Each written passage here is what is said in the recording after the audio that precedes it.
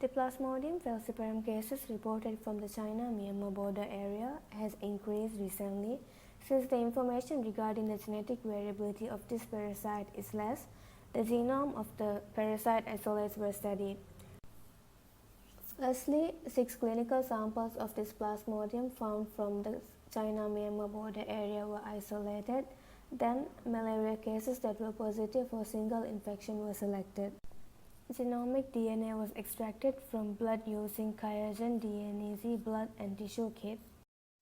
Sequencing libraries were then constructed using Illumina TrueSeq. The reads were then filtered by removing adapter and low-quality sequences using Trimomatic 3.0. Then, genome annotation data of 3D7 reference was downloaded from PlasmoDB database.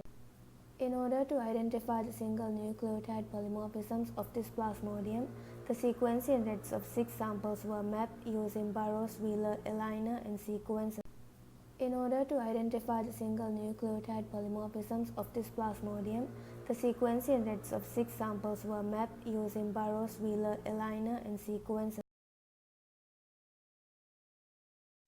Before moving on to results, let's get familiar with some technical terms.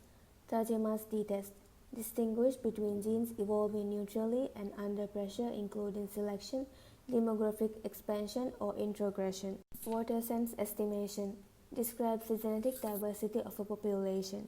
Ks synonymous and Ks non-synonymous substitution rates estimate the balance between neutral mutations, purifying selection, and beneficial mutations acting on a homologous. The sequence rates were submitted to NCBI. 4.08 to 27.08% of the rates were mapped and aligned onto 96% of the reference genome.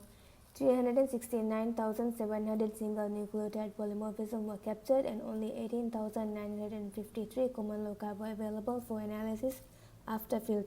Principal component analysis of all strains were done to assess the regional differences.